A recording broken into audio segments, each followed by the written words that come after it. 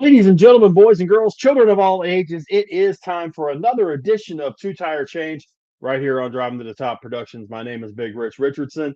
Lots of action going on in the NASCAR Cup and Xfinity Series this past weekend as they traveled to Mexico City for the couple of races there. And boy, I tell you, it was definitely interesting. The Autodromo Hermanos Rodriguez, which translated is Rodriguez Brothers Autodrome, in Mexico City, that place was banging all weekend long. Whether it was qualifying, practice, whatever, they had a really nice crowd the entire weekend. And that tells you something. Not only were they there to see their hometown guy and Daniel Suarez, but they were there for the race. I mean, you saw a ton of shirts and hats and all that for a lot of the drivers.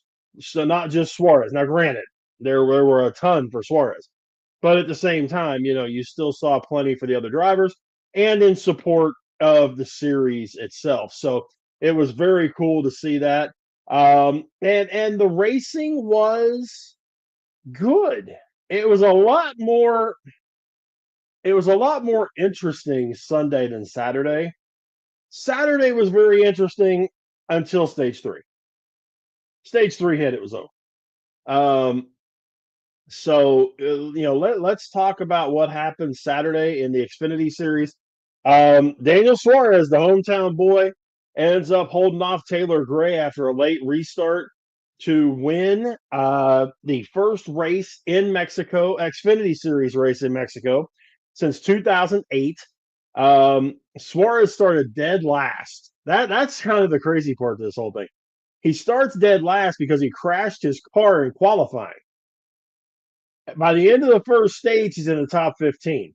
By the end of the second stage, he's in stage two. Or he's in the top 10 by end of stage two. Hunter Zillich and Ty Gibbs were gone. They were off and running. It was those guys' race to lose. And unfortunately, that's exactly what happened. There was a yellow that came out in the final stage that messed up all the gas sequence. Ty Gibbs and Zillich hadn't been into the pits yet. They ended up dropping back because come in. There were 11 cars already out there, and they had come into the pits during green, came back out, and they just never had a chance to get back into it. Zillich ended up recovering, finishing fifth. Gibbs never did recover. He came in 14th, which leads us to the results of the race. Daniel Suarez with the win. Taylor Gray second, as we mentioned. Austin Hill third. Christian Eckes fourth. Connor Zillich fifth. William Sawalich sixth. Austin Green, a very good run for Austin Green, in seventh. Jeb Burton eighth. Harrison Burton ninth. Sammy Smith in 10th. Sheldon Creed finishes in 11th. A nice run for him. Ty Gibbs, as we said, finished 14th. Jesse Love 18th. Carson Quapple 19th. You're hearing some of these bigger names back in the field. Sam Mayer in 23rd. Nick Sanchez in 31st. Justin Allgaier in 34th. Christopher Bell got into a wreck early and had some issues and just did not have – it wasn't the kind of race that he wanted to have and ended up finishing dead last. All in all, a good – fun Xfinity race. The point standings as we speak in the Xfinity series, of course, with the win for for Daniel Suarez, that doesn't affect the standings because Suarez is not a full-time Xfinity driver. So we still have Allgaier and Hill with 3 wins. Love, Zillich, Jones, Sammy Smith, all with 1 win, along with Eric Almirola. So 7 drivers with a win. The top 12 at the end of the regular season will move to the playoffs. Sam Mayer currently is in 8th based off of points. Sheldon Creed 9th. Carson Quapple 10th. Jeb Burton is 11th. and Harrison Burton is 12th. Taylor Gray is the first car on the outside looking in, along with Ryan Sieg and Nick Sanchez. Big winners from Saturday. Sammy Smith moved up 3 points, 3 places, excuse me, in the point standings. Big loser, Ryan Sieg dropped 3 places. So in essence, Smith and Sieg swapped. Smith went from 13th to 10th. Sieg went from 10th to 13th. So we've still got a little bit of time left, but there's not a whole lot of races still to go. This weekend they are in Pocono at the Tricky Triangle, and it's going to be interesting to see how this plays for the Xfinity Series. But after the road course this week, there is a lot of, as we talked about last week, a lot of diversity, but a lot of road track at the same time coming up for the Xfinity Series. You got Pocono this weekend, Atlanta on the 28th. That's that Saturday evening race. Yeah, Friday evening for the Xfinity Series in Atlanta. That one's going to be at 7:30 in Atlanta. Chicago Street Race, 4th of July weekend. Sonoma, another road course, the following Saturday. And then they go to Dover for a short track the following Saturday. And one thing that a lot of people may not be paying attention to, and this is going to affect the drivers, the crew chiefs, everybody involved with these teams. 4th of July weekend, they're in Chicago for the street race. Then they did a lot of traveling this weekend to go from Charlotte to Mexico City, which was about 2,000 miles. But think about this one for a minute. You go 4th of July weekend, you're in Chicago for the street race. Then you go to Sonoma, California for July 12th and the race at Sonoma. Then you go all the way across the country to Dover, Delaware for the next weekend for a short track race in Dover. And then the following weekend, you're in Indianapolis at the Indianapolis Motor Speedway on a 2.5-mile track. Wow. You talk about a brutal schedule for the month of July.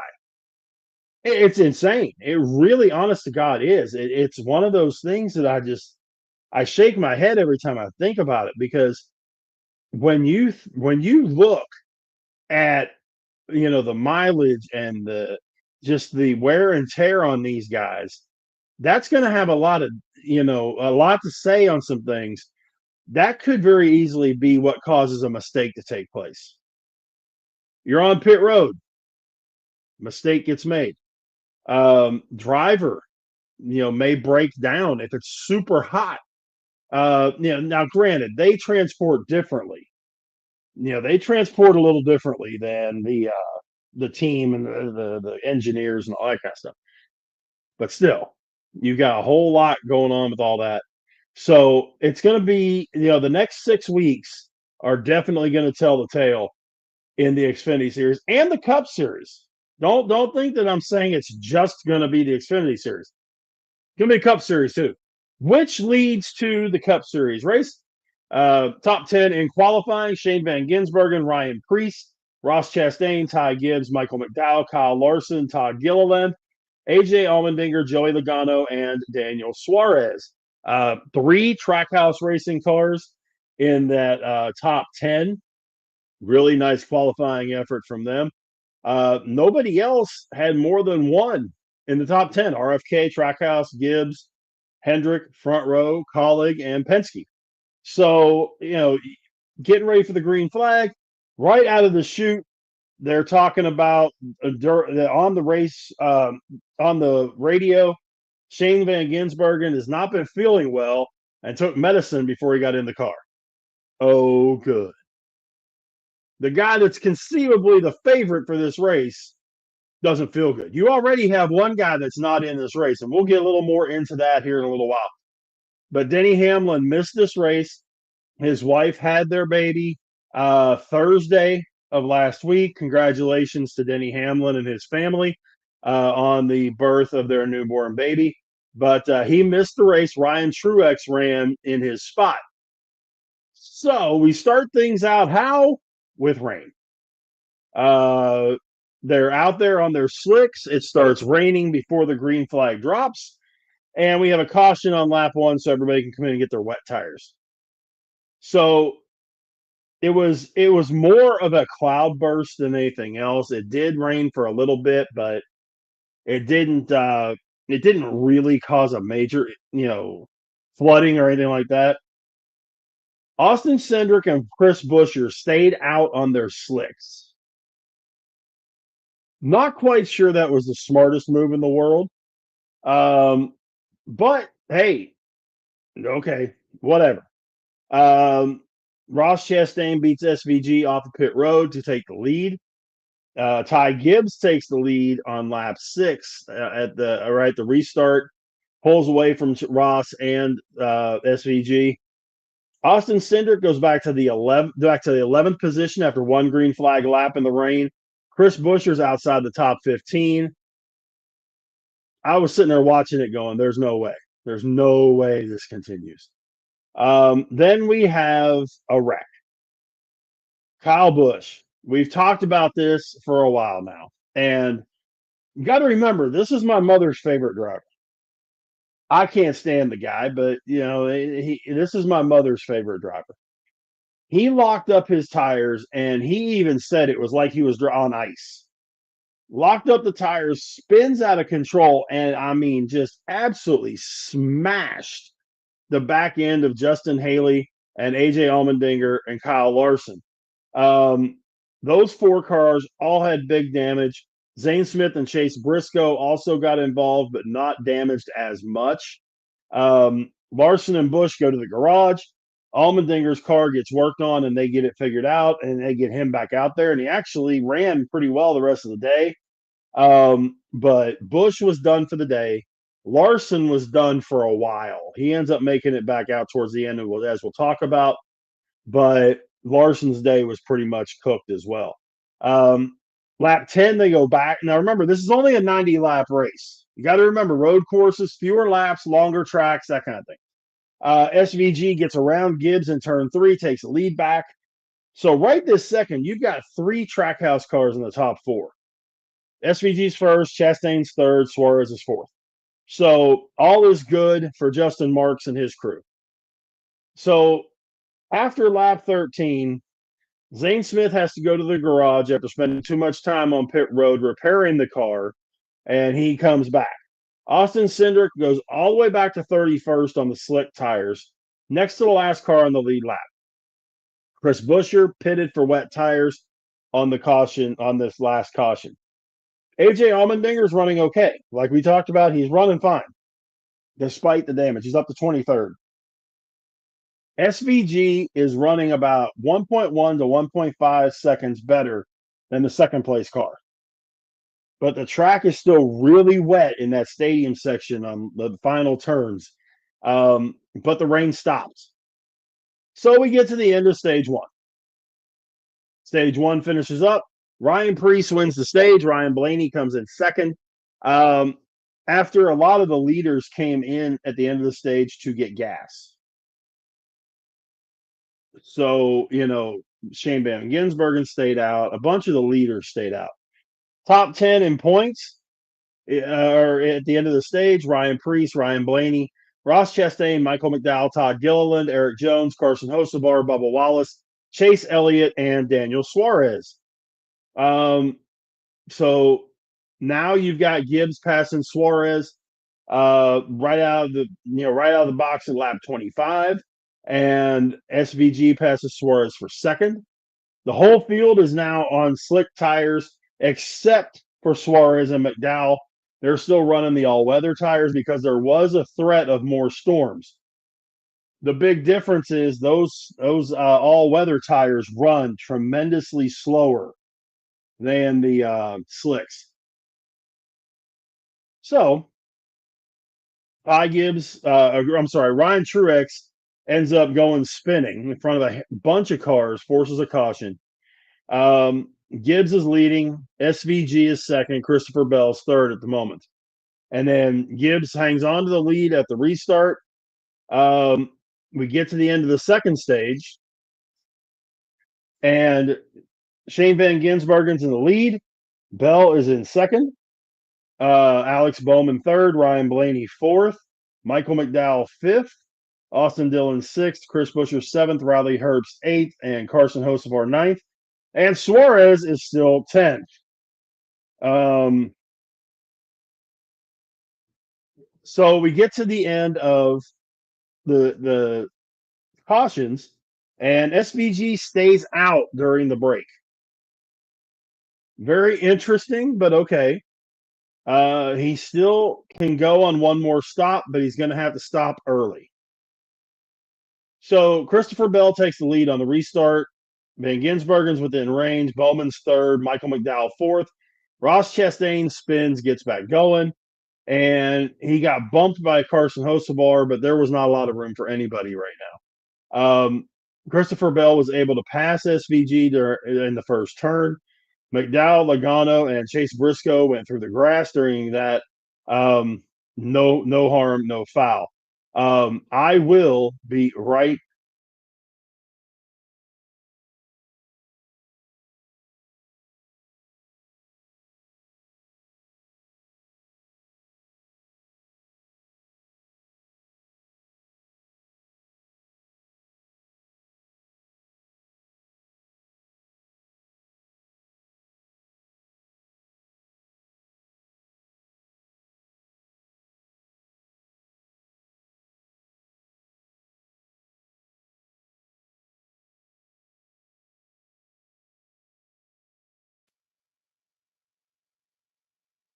So sorry about that, folks.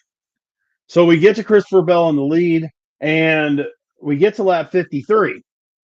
SVG gets back in front, and he just absolutely he had the car, no questions asked. Unless something blew up, there was no way he wasn't going to win this race. Um, Takes the lead, and he is off literally to the races. Has a 5.5 second lead by lap 62 over Christopher Bell, who is the first to pit on the final round of pit stops. SVG waits a couple laps to make sure the weather's going to be okay, and to make he's going to have to get more gas, but it guarantees if there's restarts, he's going to have enough. Chase Elliott worked himself up to sixth and had been running a lot faster on this last run than what he was. So some change happened in the pits between the second and third stages that Chase Elliott was taken off.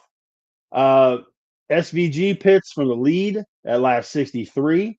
So he did come in, a couple laps later.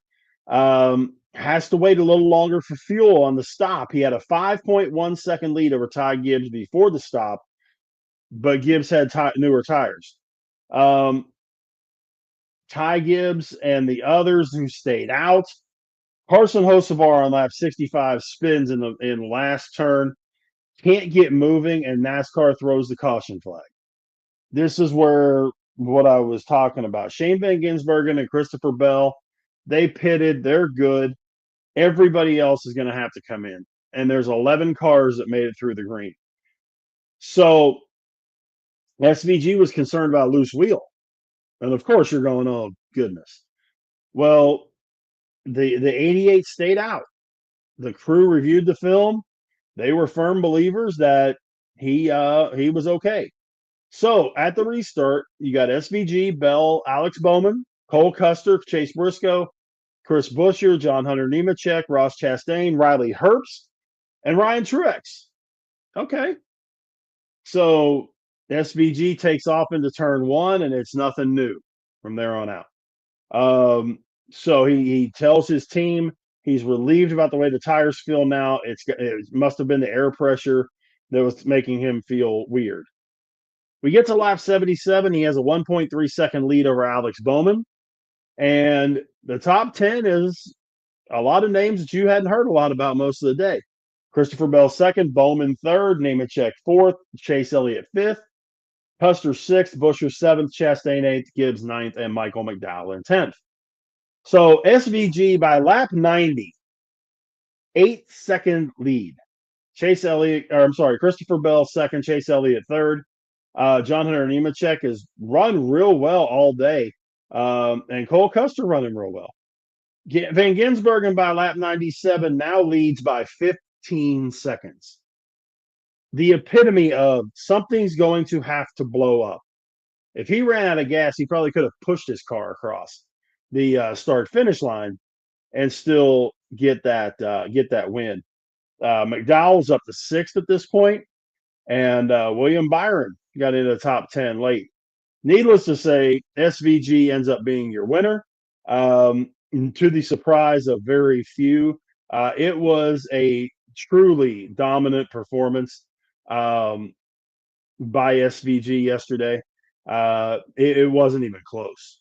But Larson came back out with about 15 or 20 laps left, fresh tires, the whole works, and ended up getting the bonus point for for having the fastest lap. Which, I mean, everybody talks about that single point, single point, single point. Larson missed the final cut last year by 1 point. So he's going to look, these guys are looking at every single point being worth a lot. Your final standings for the race, though, Shane Van Gisbergen comes in first, Christopher Bell second, Chase Elliott third, Alex Bowman fourth, Michael McDowell fifth, John Hunter Nemechek sixth, Chase Briscoe seventh, Cole Custer eighth, William Byron ninth, and Chris Buescher 10th.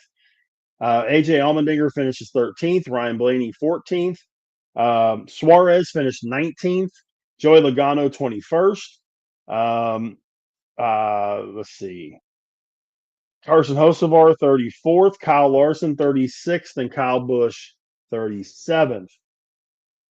So with that victory, that obviously puts SVG into the playoffs, which now gives us three win drivers: Larson, Bell, and Hamlin.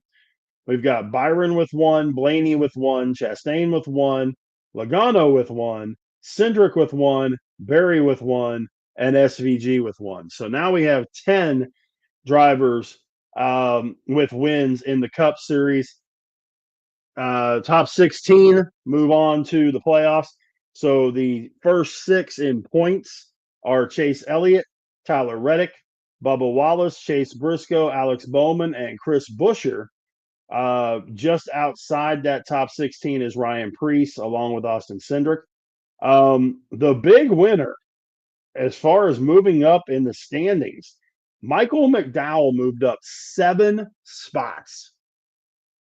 7 spots. He would be right behind Ryan Preece on that. He'd be the second guy on the outside looking in after the race this week. The big loser, Kyle Busch, lost 3 spots. He went from being right at the cut line to down to 18th. Zane Smith went from 22nd to 25th. So he had a 3-spot drop as well. But all in all, it was an interesting race. It's an interesting track in Mexico City. And I mean, it was enjoyable for everybody involved. The big question is, is this something that they're going to be doing on a regular basis? If they do it based off of the crowd and the reaction of the crowd, yeah, they'll be back. No question.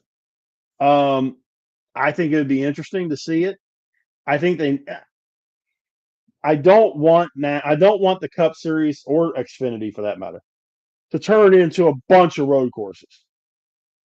Sprinkling them in throughout the season like they are right now, okay. But I don't want to see them have a quarter of the races being on road courses. No. I mean, that's just not, and I don't want to sound prejudiced one series to the other, but that's what the IRL is for. That's what the Indy League is for. That's what F1 is for. It is to be majority road courses. And the Indy ran on an oval this past weekend at St. Louis. So it works out kind of weird, but yeah, it's definitely a case where the ability to run in Mexico City, I think it could be huge for this series. I don't see them going overseas. Yeah, I don't see him going to like London or something like that. I have heard Toronto is a possibility. I have heard um, Vancouver is a possibility.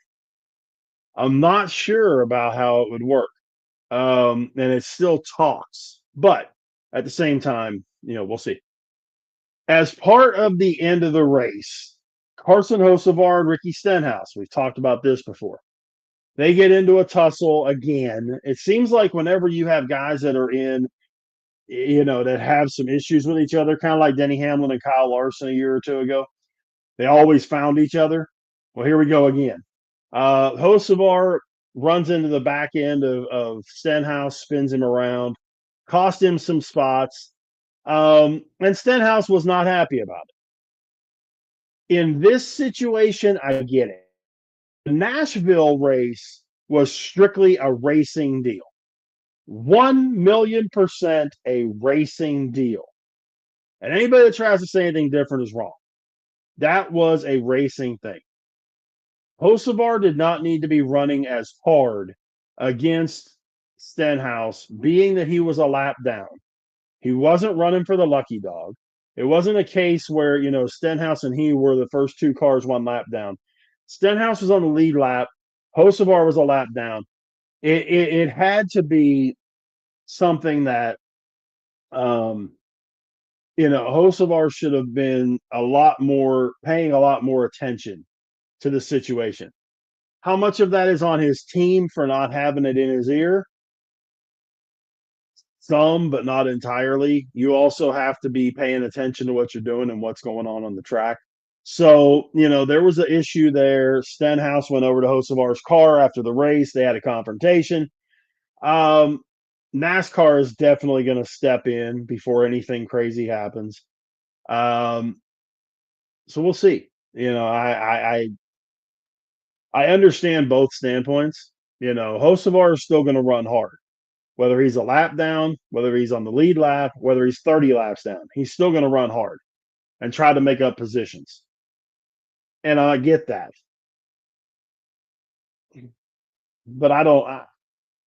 There are times to run super hard. I mean, I'd be like with when Kyle Larson came out and he was like, I want to say he was like 60 laps down, 65 laps down, something like that. And if he would have been running hard and trying to knock guys out of the way and that kind of stuff, it doesn't fly. But so be it. This coming weekend, the Tricky Triangle that has gotten less boring over the years. Thank God. I used to hate, I mean, with a driving passion, hate when they'd ran Pocono because it was just a straightaway, a turn, a straightaway, a turn, straightaway. And again, if you got a guy out front, you checked out and it was over. Um, you had maybe two or three cars in contention in the beginning or at each yellow. And within two or three laps, it's all spread out again. It's gotten a little more competitive the last few years. Hopefully, it does the same this time. It is one of the bigger tracks on the circuit as far as an oval goes, or you know.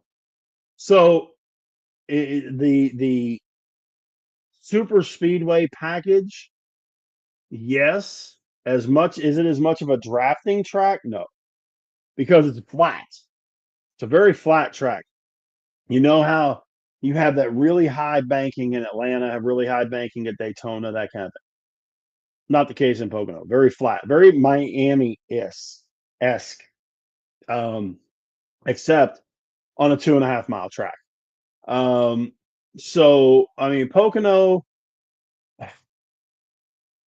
yeah, I mean, it's going to, the bad part about this race, to me anyway, it's actually like a 2 point, I don't know, yeah, right at 2.5, I guess. The race itself, it's a 400-mile race, and there's going to be 40 laps of interesting racing, which stinks because when you're on a bigger track, you have to do something to keep things competitive and keep things interesting. They've run this track forever and they draw great. I think it's because it's stuck in the middle of nowhere and people travel up there to see the race because that's the only race in that area outside of Watkins Glen, and that's a road course. So when you sit there and think about it, I'm not the biggest fan of Pocono. I know a lot of people that love Pocono. Okay, you know, it's going to come back to the thing though when we talk about, you know, who to pick for this thing, who you like, who you don't like. Think about who your better drivers are on high speed tracks. And in a lot of cases, you have your Hendrick guys, you have your Penske guys. For a little while there, you had Roush guys, but that was when you had Mark Martin driving and guys like that, Matt Kenseth. In this particular scenario, I'm not overly impressed with saying this guy is the guy. This past week, you knew SVG was the guy. Everybody was going to have to beat him. This week, honest to God, this is probably as big of a toss up as Daytona is. Simply, but it's not because you're going to have the big wreck. That's where the big difference comes in. At Daytona, you can write it down. There's going to be a big wreck that's going to take 10 or 15 cars out. Probably a few very good cars are going to get wiped out. It's just going to happen. Pocono, it's not like that. So you're going to have blown engines, things of that nature. So, I mean, who do I like? I like Byron. I like Larson. I like Hamlin to win, not to say I like Hamlin. If you're looking for a darker horse kind of guy, Bubba Wallace, who has run pretty well the last few ovals, didn't run quite so well yesterday, but that's okay. Bubba Wallace might be a guy to look at. I think Noah Gragson might be a guy to look at. I even think Carson Hocevar might be a guy to look at. Spire Motorsports is putting together some really good cars. Michael McDowell, Carson Hocevar, and Justin Haley. That three-man team right there is really, really doing great for the first year of this transformation. Everybody was just squawking when Michael said that he was going to leave front row to go to Spire. You guys have lost. And then whenever Spire got rid of Casey LaJoy, Corey LaJoy, not Casey LaJoy, Corey LaJoy, and replaced him with Justin Haley, and then brought in Hocevar. People were freaking out. And I kind of got it, but you also had to take into consideration that there is a lot of experience in that system and in some of those guys. Michael McDowell's got more experience than people think he does. And Justin Haley does too. Hocevar, yeah, he's a young buck, and he's going to have to, make his mistakes and just go on along. All that to say, who am I taking to win the race? I'm going Kyle Larson. I really am. I think you're going to see the Hendrick guys do very well in this race. I would not be surprised to see Gibbs Racing do well with Hamlin and with Bell. But yeah, that's where I'm going with it. If I'm looking at daily fantasy, honestly, your higher dollar guy, Ryan Blaney is another one that does really well at Pocono, by the way. Your higher dollar guys are going to be in the right position.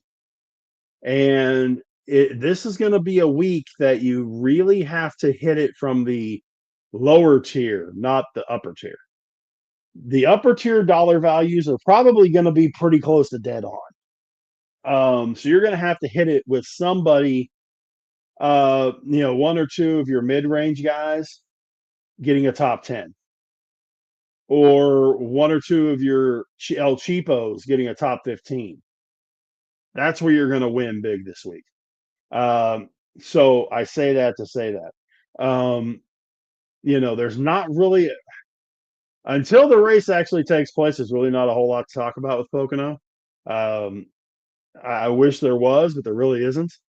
We do have all three series running though, Friday night or Friday, Saturday, and Sunday. So we got trucks on Friday, Xfinity on Saturday, and the Cup Series on Sunday.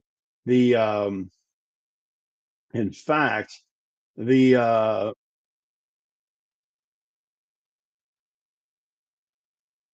the Truck Series is at 5 o'clock on 5 o'clock Eastern on Friday. The Xfinity Series is at 3:30 Eastern on Saturday, and then the Cup race is at